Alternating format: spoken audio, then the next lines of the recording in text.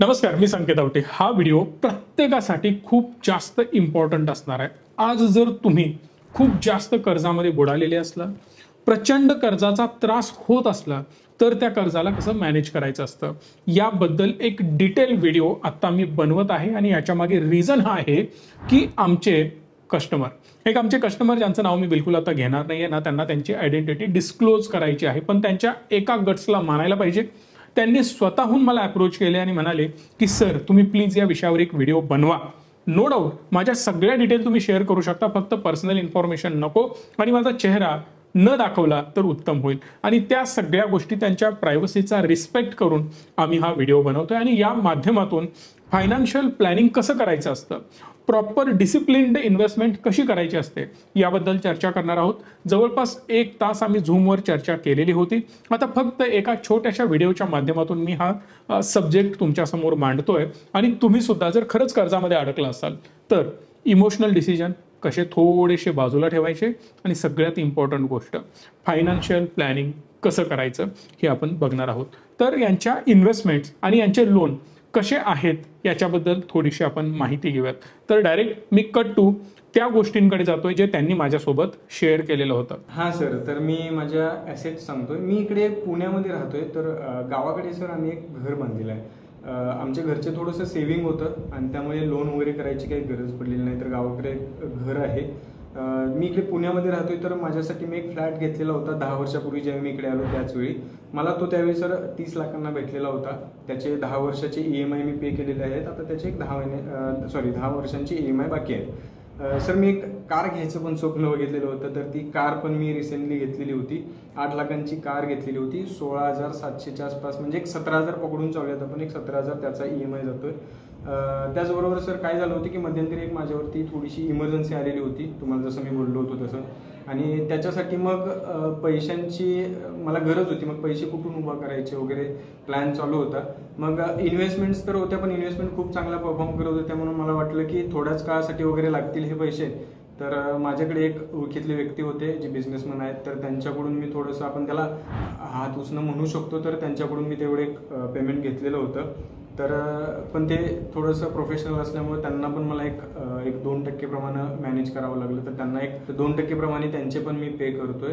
Sir, माझ्याकडे खूप चांगला चान्स आलेला होता असं मला वाटलं। त्यावेळी पुण्यामध्ये एक बिल्डिंग रिडेव्हलपमेंट आलेली होती आणि असं ऐकून होतं की रिडेव्हलपमेंटच्या बिल्डिंगमध्ये पेमेंट जर मी इन्व्हेस्ट केले तर ते थोडीशी डेव्हलपमेंट नंतर खूप चांगले रिटर्न्स देऊ शकते। तर त्यासाठी मी एक 56 लाख रुपयांची पण इन्व्हेस्टमेंट केलेली होती की ज्याचा EMI जवळपास एक 50,000 रुपये जातोय। ती एक माझी इन्व्हेस्टमेंट आहे मोठी, आणि ते एक ॲसेट बनलेलं आहे सर। सो माझ्या मताप्रमाणे ही जी लायबिलिटी आहे ना, 27,000 जवळपास 16-17,000 ते झाले, 10,000 रुपये आता ते देत आहेत, 50,000 रुपयांचं होम लोन आहे। सो याची जर टोटल केली 50, 60, 70, 80, 90, 100, 1,04,000च्या आसपास याची टोटल होते।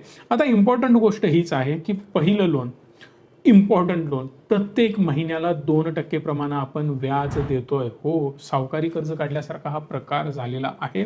आणि वर्षाचे 24%, विचार करा, हा नो डाऊट म्युच्युअल फंड स्टॉकमधून चांगले रिटर्न मिळत आहेत, पण 24% क्वाईट ह्यूज। त्यामुळे आपण विचार करायला पाहिजे, पहिला यातून बाहेर मला पडायचं आहे। सो तो विचार आपण करणारच आहोत, पण त्याआधी मला जाणून घ्यायला हे आवडेल की अजून काही तुमच्या लायबिलिटी आहेत का, ओव्हरऑल तुमच्या घरामध्ये स्पेंडिंग किती होतं हे जाणून घेणं गरजेचं आहे। म्हणजे हे झाले EMI, फक्त EMI 1,04,000 आपण भरतोय, बाकी माझा घर खर्च आहे, इतर सगळ्या गोष्टी आहेत, त्याच्यावर काही स्पेंडिंग तुमचं होत असेल, म्हणजे घर चालवणं असेल, घरामध्ये कामवाली बाई, ब्ला ब्ला ब्ला सगळ्या गोष्टी असतात, घरात मटेरियल आपण परचेस करतो, वेगवेगळी बिलं आपण भरतो, मोबाईल बिल, इलेक्ट्रिसिटी बिल आणि 100 प्रकारची बिल आपली सुरू असतात। त्याचबरोबर जिथं आपण जॉबला जातो, ट्रॅव्हलिंग करतो, कारचे एक्सपेन्स, बाईकचे एक्सपेन्स, जर तुम्ही बसने ट्रॅव्हल करत असाल, हे सगळे एक्सपेन्सेस यामध्ये ॲड होतात।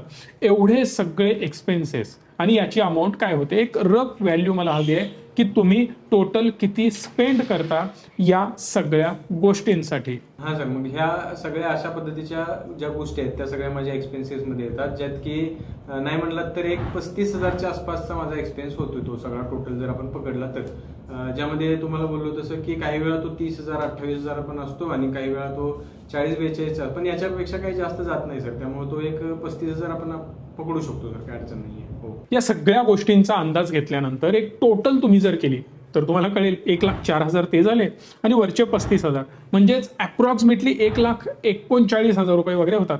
आता हे 1,39,000 रुपये आपण पकडून चालू, राऊंड फिगर 1,40,000 रुपये पर मंथ स्पेंड केला जातो आणि हा मॅन्डेटरी स्पेंडिंग आहे. कुठल्याही प्रकारे मी यामध्ये अति जास्त कॉम्प्रोमाइज करू शकत नाही. 1,04,000 तर बिलकुल करू शकत नाही, म्हणजे 1,05,000 ते माझे जाणारच, कारण EMI आहे. त्याच्यामध्ये कुठल्याही प्रकारे मी 19-20ही करू शकत नाही. 35,000मध्ये मी थोडंफार सेव्हिंग करू शकतो, राईट. थोडंसं खर्च वगैरे कमी करू शकतो, थोडं बाहेर आउटिंग कमी करू शकतो. जर मी बाईक घेऊन जातोय, कार घेऊन जातोय, तर मी बसनं जाऊ शकतो आणि थोडंसं स्पेंडिंग कमी करू शकतो. पण एवढ्या मोठ्या प्रमाणात माझा जर फोलिओ असेल, जर मी 1.5 लाख रुपये महिन्याला खर्च करत असेल, तर त्या मानाने इन्कम पण असायला पाहिजे, राईट. सो पहिला जाणून घेऊयात इन्कम काय आहे आणि यावर कशा प्रकारे आपण सोल्युशन काढू शकतो याबद्दल चर्चा करूयात. सर, पहिला मला सांगा तुमचा टोटल इन्कम किती आहे? हा सर, माझा इन्कम सांगायचं झालं तर मी सिनियर मॅनेजरचं काम पाहतो आहे. 1,28,000च्या आसपासचं माझं पर मंथचं पेमेंट आहे. आपण 1,30,000 माझा पर मंथची सॅलरी पकडू शकतोय सर. यानंतर इन्व्हेस्टमेंटवर पण नजर फिरवायला पाहिजे. हो सर, तर इन्व्हेस्टमेंटचं सांगायचं झालं तर सर, मी तुम्हाला पण माहिती आहे, मी ज्यावेळी मला प्रॉपर इन्व्हेस्टमेंट्स करायचे होते त्यावेळी मी आपल्याकडेच आलेलो होतो. तर आपल्या सजेशननुसार ज्या ओव्हरऑल 36 लाख रुपयांची मी इन्व्हेस्टमेंट जी केलेली होती ती टोटल आपल्याकडे रिचमीमध्येच आहे, आपल्या सजेशननं केलेली होती. तर त्याच्यावरती एक मला 8-1 लाखांचा प्रॉफिट आता बघायला मिळतोय सर. 36 लाखांच्या वरती 8-1 लाखांचा प्रॉफिट मला बघायला मिळतोय. ही एक माझी सध्या एक प्लस साईड आहे. सो 2 गोष्टी क्लिअर झालेल्या आहेत. माझं टोटल स्पेंडिंग जे आहे ते 1,40,000 आहे. इन्कम जो आहे, माझ्याकडे येणारा पैसा 1,30,000 आहे. म्हणजे काय, 10,000 रुपयांचा गॅप मला इथंच पाहायला मिळतो. दुसरी गोष्ट ही आहे की माझ्या इन्व्हेस्टमेंट पण आहेत आणि ही खरोखर चांगली पॉझिटिव्ह गोष्ट आहे. आता यांच्या ज्या इन्व्हेस्टमेंट्स आहेत ना, त्यामधली थोडी अमाऊंट डेट फंडात पार्क आहे आणि बाकी सगळी मेजर अमाऊंट ही इक्विटीमध्ये पार्क आहे, इक्विटी म्युच्युअल फंड्समध्ये. बेसिकली आता जर आपण बघितलं तर कधी इमर्जन्सी येऊ शकते, म्हणून एक सर्टन अमाऊंट यांची आपण पार्क केलेली आहे डेट फंड्समध्ये. बाकी इन्व्हेस्टेड आहे जी चांगली ग्रो होते. म्हणजे 37 लाखावर जर मला 8 लाख गेन मिळत असेल तर माझ्या मताप्रमाणे हे रिटर्न जर तुम्ही बघितले तर अप्रॉक्सिमेटली मोर दॅन 20% आपण मानूच शकतो. सो 22% वगैरे बी स्पेसिफिक आकडा काहीतरी येईल. सो जर 22% मला रिटर्न मिळाले असतील तर ही 10 महिन्यात, आपण इमॅजिन करू एक 25% रिटर्न मिळाले ओव्हरऑल 1 वर्षांमध्ये. अजून 2 महिने शिल्लक आहेत, सो 2-3% इझिली वाढू शकतात जर मार्केटने चांगला परफॉर्मन्स दिला तर. अदरवाईज कमी पण होऊ शकतात. पण एक एक्झाम्पल आपण घेऊन चालू, 25% रिटर्न मला मिळाले. जर 25% रिटर्न मिळाले असतील तर हे रिटर्न चांगले की वाईट? खूप चांगले आहेत, कारण हे म्युच्युअल फंड्समध्ये आहेत. कारण म्युच्युअल फंडमध्ये इन्क्लुडिंग डेट फंड काही अमाऊंट यांची डेट फंडमध्ये सुद्धा आहे, जी फक्त 6-7% रिटर्न त्यांना देते, जी इमर्जन्सीसाठी आपण पार्क केली होती. कारण त्यांचं म्हणणं असं होतं की मी एफडी करत बसणार नाही आहे, अननेसेसरी 100 ठिकाणाहून मला ते मॅनेज करायचं नाही आहे, एका ठिकाणाहूनच मॅनेज करायचं आहे. सो आता इथं कन्क्ल्युजन काय निघेल, जे मी त्यांच्यासोबत ऑलरेडी डिस्कस केलेला आहे, तो कॉल संपलेला सुद्धा आहे. मी त्यांना पहिली गोष्ट ही सजेस्ट केली की जी इन्व्हेस्टमेंट तुम्ही आमच्याकडे केलेली आहे, आत्ता तुम्ही क्रंचमध्ये आहात, थोडंसं प्रॉब्लेममध्ये आहात, त्यामुळे जो डेट फंडमध्ये काही पोर्शन आपण पार्क केला आहे, समवेअर अराउंड 7-1 लाख रुपये आपण डेट फंडमध्ये पार्क केलेले आहेत. मी त्यांना सजेस्ट केलं की त्यामधले 5 लाख रुपये इमिडिएट विड्रॉ करा. यानी काय होणार, जे तुम्ही 24% लोन उचललंय, किंवा आपण म्हणू शकतो हात उसणं वगैरे आपण म्हणतो ना त्याला, किंवा सावकारी कर्ज पण म्हणू शकता, थोडंसं एक्स्ट्रीम भाषेमध्ये जर बोलायचं झालं तर. पण ते जे मेन लोन आहे ते क्लिअर करणं गरजेचं आहे. कारण जे रिटर्न आपण आत्ता कमवतोय तेवढेच रिटर्न तो खातोय. याचा अर्थ जे लोन आपल्याला मिळणाऱ्या रिटर्नपेक्षा कमी व्याज दराचं आहे ते लोन आपण पुढे कंटिन्यू करू शकतो. अदरवाईज जे एक्स्ट्रा त्यापेक्षा जास्त पैसे जातील, किंवा एक साधं समीकरण लावा, 10-12% जास्त जर माझी लोनचा इंटरेस्ट रेट असेल तर तो कधीही लवकर रिपेमेंट केलेला चांगला. मग पर्सनल लोन जे आहे ते 5 लाख भरताच क्लिअर होईल. बरं, इन्व्हेस्टमेंट किती आहे? 37 लाख प्लस 8 लाख झाले 45 लाख. कारण 37वर 8 लाख गेन आहे ना, म्हणजे टोटल व्हॅल्यू किती झाली? 45 लाख रुपये अप्रॉक्स झाली. थोडंफार 19-20 असू शकतं, म्हणजे 5-25 हजार रुपये जास्त असू शकतात त्याच्यापेक्षा. सो आपण राऊंड फिगर्स पकडतोय. 45 मधले 5 लाख गेले, 40 लाख रुपये शिल्लक राहिले. आता हे 40 लाख रुपये आपण करणार काय? तर योग्य प्रकारे अजून मॅनेज करत राहणार. सो हे 40 लाख रुपये बाजूला राहिले. त्यांच्या डोक्यामध्ये काय होतं, मला विचारण्याचा मुद्दा त्यांचा हा होता की सर मी एक काम करतो, हे विकून टाकतो, जी इन्व्हेस्टमेंट आहे 45 लाख, 45 लाख रुपये विकून टाकले ना तर अकाउंटवर आले 45 लाख. तेच 45 लाख रुपये मी पे करतो कोणाला? बँकेला. म्हणजे माझं लोन ऑलमोस्ट नील होत येतं. जर मी माझं लोन नील करतोय तर तो फ्लॅट माझाच झाला, आता मला काही टेन्शन नाही. पण माझा पुढचा प्रश्न हा होता की जर तुम्ही हे पेमेंट केलं तर तुमच्या इन्व्हेस्टमेंटचं काय? जेव्हा पैशाची गरज लागेल पुन्हा 2% पैसे उचलावे लागतील. जर परत 2% पैसे उचलण्याची वेळ येणार असेल तर कधीही शांतपणाचा डिसिजन घेतलेला चांगला. आता प्रश्न येतो सोल्युशन काय? 10,000 तर पहिले माझे वाचले, 45 लाखातले 5 लाख काढले व ते 5 लाख लोन फेडून टाकलेलं आहे. आता प्रश्न हा निर्माण होतो की माझे 10,000 पर मंथ वाचले, बाकीच्या अमाऊंटचं काय? म्हणजे 1,30,000 मी अर्न करतोय, बरोबर माझा खर्च पण 1,30,000वर सगळं मॅनेज होणार आहे. एक्स्ट्रा काहीच शिल्लक राहत नाहीये. ठीक आहे ना? एक्स्ट्रा शिल्लक राहण्यावर आता गडबड करायची गरज नाही. आता 2 मार्ग आपल्याकडे आहेत. जर मला खरंच त्या प्रॉपर्टीमध्ये दम दिसत असेल तर मी ती प्रॉपर्टी ठेवू शकतो. मग यासाठी पर्याय काय? तर जी इन्व्हेस्टमेंट माझी आहे ती तर परफॉर्म करते. तुमचं आता सगळं कट टू कट सुरू आहे. एक गोष्ट होऊ शकते, तुम्हाला आधेमध्ये पैशाचा क्रंच भासू शकतो. त्या केसमध्ये ज्या आपल्या इन्व्हेस्टमेंट्स आहेत त्यामधून 5-25 हजार रुपये विड्रॉ करायचे. समजा तुम्हाला वाटलं की इमर्जन्सी फंड मला हवा आहे आणि 50,000 रुपये माझा खर्च आहे, 50,000 रुपये आपण म्युच्युअल फंडमधून विड्रॉ करू शकतो, माझं घर चालू राहिलं. दुसरी गोष्ट, 1-1.5 लाख रुपये पाहिजे, 1-1.5 लाख रुपये विड्रॉ करा, घर तुमचं चालू राहिलं. पण माझ्या मतानुसार तुम्ही जो फ्लॅट खरेदी केलेला आहे तो खरंच तितका रिटर्न तुम्हाला देऊ शकतो का? हा प्रश्न जेव्हा मी त्यांना विचारला तेव्हा उत्तर मिळालं, सर आता त्या इन्व्हेस्टमेंटचं म्हणाल तर प्रॉब्लेम असा झालाय की तो रिडेव्हलपमेंटमध्ये आहे.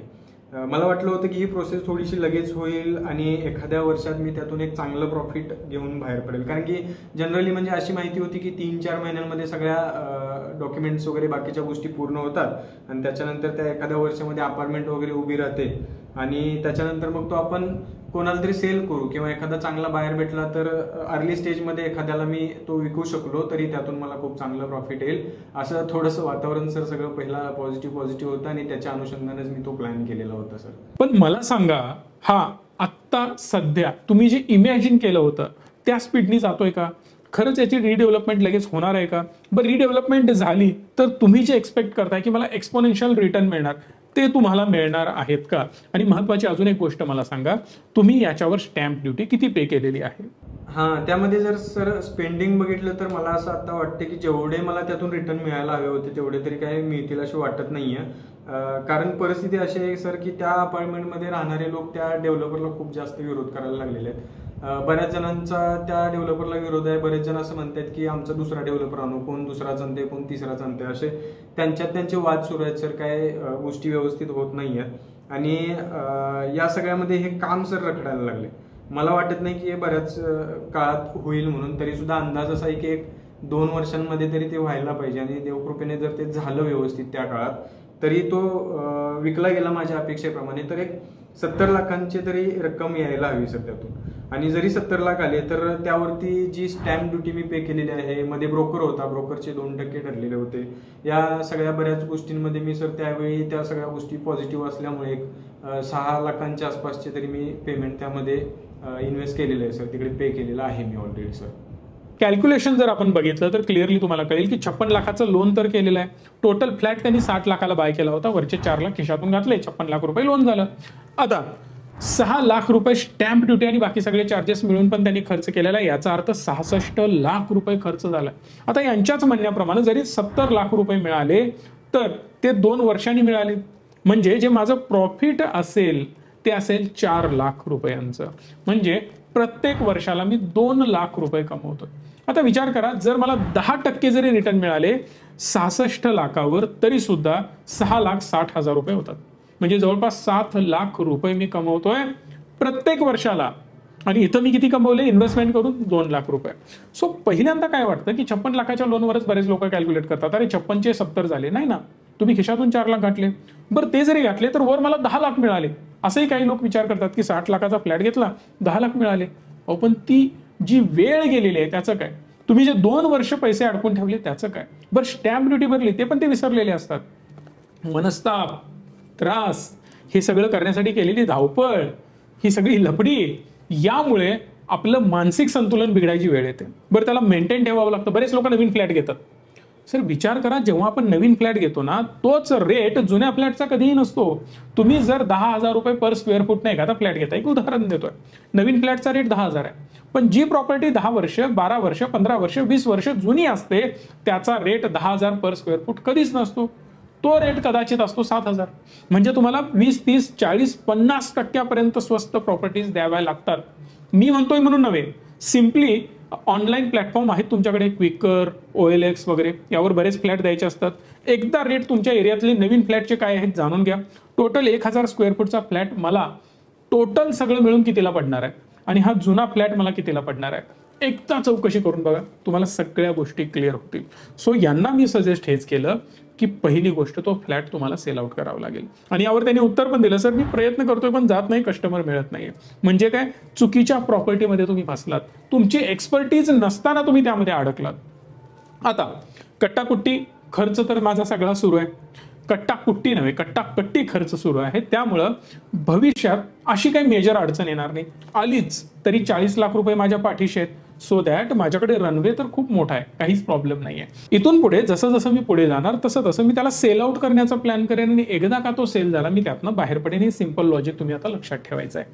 पण त्यांनी अजून एक मला इमोशनल टच त्यामध्ये सांगितलं, सर माझी एक फॅमिली तिथं राहते हो. म्हणजे काय, तिथं आता तुम्ही तुमच्या फॅमिलीला म्हणजेच तुमच्या एका रिलेटिव्हला तिथं राहायला जागा दिली, याचा अर्थ लक्षात घ्या, तुमचा माणूस तिथं आहे म्हणजे तुमची परत इमोशनल अटॅचमेंट. अरे त्याला बाहेर कसं काढायचं, कसं त्याला म्हणायचं की तू दुसरीकडे जा, नाही, प्रॅक्टिकली विचार करायलाच पाहिजे. तुम्ही एवढ्या क्रंचमध्ये सापडलाय, होतं काय, 1.5 लाख रुपये कमवतो हा, त्यामुळे फॅमिली मेंबर काय विचार करणार, अरे भरपूर पैसा आहे याच्याकडे, याला काही प्रॉब्लेमच नाहीये. पण जोपर्यंत तुम्ही त्याला व्यवस्थित समजावून सांगणार नाही तोपर्यंत त्यांना या गोष्टी समजणार नाहीत. 60-70 लाख रुपयांची प्रॉपर्टी फक्त एक रिलेटिव्ह आहे म्हणून तिथं अडकून ठेवणं लॉजिकल आहे का, तर 100% नाही. सो त्याला लवकरात लवकर सेल करणं गरजेचं आहे. जसं तुम्ही सेल कराल 50,000 EMI बंद, म्हणजेच तुमच्या सॅलरीमधले 50,000 आता वाचणार आहेत, ते आपण रिइन्व्हेस्ट करू शकतो आणि त्याच्यावरून चांगले रिटर्न अजून गेन करू शकतो. सो इन्व्हेस्टमेंट कुठं करावी, जो पैसा मला हवं तेव्हा हवं त्यावेळी हवा तितका मिळतो अशा प्रकारे इन्व्हेस्टमेंट करणं गरजेचं आहे. अन्यथा चुकीच्या ठिकाणी जेवढ्या इन्व्हेस्टमेंट करत जाल तेवढं तुम्ही फसत जाणार आहात. सो थोडा विचार करा, तुमच्याही ज्या ज्या गुंतवणुकी आहेत त्याचं रिस्ट्रक्चरिंग करायला सुरुवात करा. आमची मदत हवी असेल तर आम्ही सुद्धा तुमची मदत करू. या नंबरला कॉल करा, डिस्क्रिप्शनमध्ये फॉर्म आहेत. जर तुमचं पर्सनल फायनान्सिंग आणि योग्य नियोजन करून हवं असेल तर तो फॉर्म भरा, माझी टीम तुम्हाला कॉल करेल, सगळ्या डिटेल्स तुम्ही त्यांना प्रोव्हाइड करा आणि त्यानंतर प्रॉपर पर्सनल फायनान्सिंगची जर्नी आपण सुरू करूया. व्हिडिओ आवडला असेल तुम्हाला याची मला खात्री आहे, त्यामुळे लाईक शेअर आणि चॅनलला सबस्क्राईब करा. धन्यवाद. Stay tune and stay positive.